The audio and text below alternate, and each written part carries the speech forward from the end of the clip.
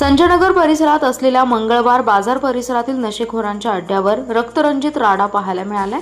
पूर्व वैमनस्यातून सौरभ महादेव पवार या गुन्हेगाराचा त्याच्याच 2 गुन्हेगार मित्रांनी निर्घृण खून केलाय।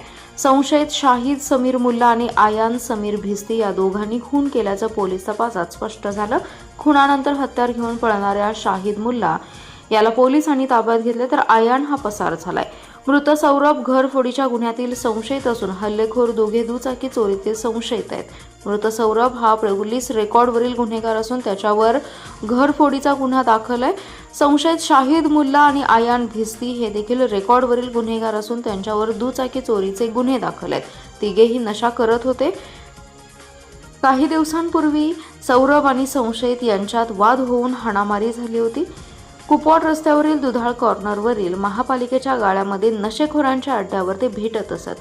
सोमवारी सायंकाळी 6:45च्या सुमारास मृत सौरभ आणि त्याचा मित्र ओंकार पाथरवट हे दोघेजण दुचाकीवरून महापालिकेच्या गाळ्याजवळ आले, तेव्हा संशयित दोघेजण दुचाकीजवळ आले।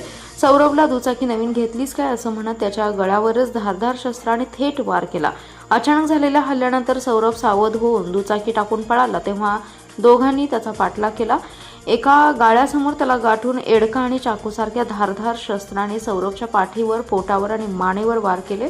हल्ल्यानंतर जखमी अवस्थेत सौरभ जीवाच्या आकांताने पळाला। हल्ल्याच्या ठिकाणापासून मागील बाजूस असलेल्या राजीव नगर येथील घराकडे पळाला। घराजवळ गेल्यानंतर त्याला जखमी अवस्थेत पाहून शेजारील लोकांनी रुग्णवाहिकेतून त्याला तात्काळ सिव्हिल हॉस्पिटलमध्ये आणले, परंतु तो वाटेतच मृत झाला होता। दरम्यान हल्ल्यानंतर परिसरात भीतीचं वातावरण पसरले। गाळेधारकांनी पटापट गाळे बंद केले। हल्ल्यानंतर शस्त्र घेऊन पळणाऱ्या दोघांपैकी शाहिदला एका पोलीस कर्मचाऱ्यानं पकडलं।